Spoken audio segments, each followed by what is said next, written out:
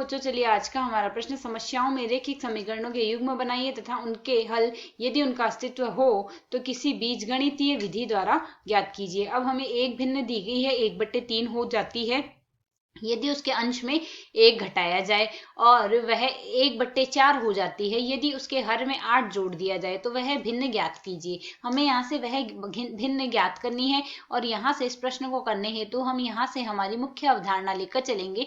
मुख्य अवधारणा यहाँ से हम यह लेकर चलेंगे, यदि हमें यहाँ से वह समीकरण लिखनी हो तो हम मान लेते हैं, माना जो भिन्न है, यदि भिन्न को हम x/y के रूप में लिख देते हैं। उसके बाद जो जो समीकरण हमें यहाँ से जो संक्रियाएं दी गई है वह लगाते जाएंगे। अब पहले कहा गया है यह जो भिन्न है x/y हमारे पास, वह 1/3 हो जाएगी।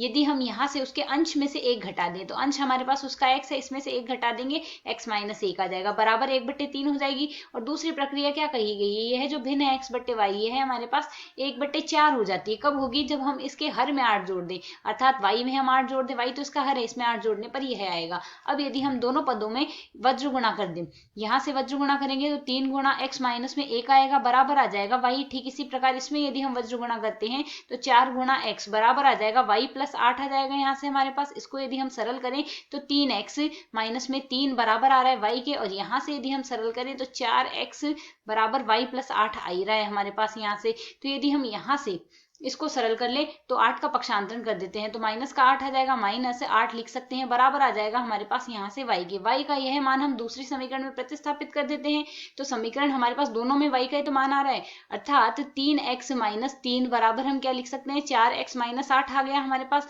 तो अब पक्षांतरण लगा देते हैं, पक्षांतरण लगाएंगे तो 8 का हम इधर पक्षांतरण कर देंगे, 8 - 3 आ जाएगा, 4x माइनस में 3x लिखा जा सकता है, पक्षांतरण से सरल करें यह तो आएगा 8 - 3 बराबर 5, 4x - 3x अर्थात x आ गया, x का मान हमारे पास 5 आ गया, x बराबर 5 आ गया है। x बराबर 5 यदि हम समीकरण देखें, हमारे पास समीकरण क्या थी, y बराबर था 3x माइनस में 3 ही तो था, इसमें मान प्रतिस्थापित कर देंगे तो 3 गुणा में x का मान 5 रखेंगे, माइनस में आएगा 3।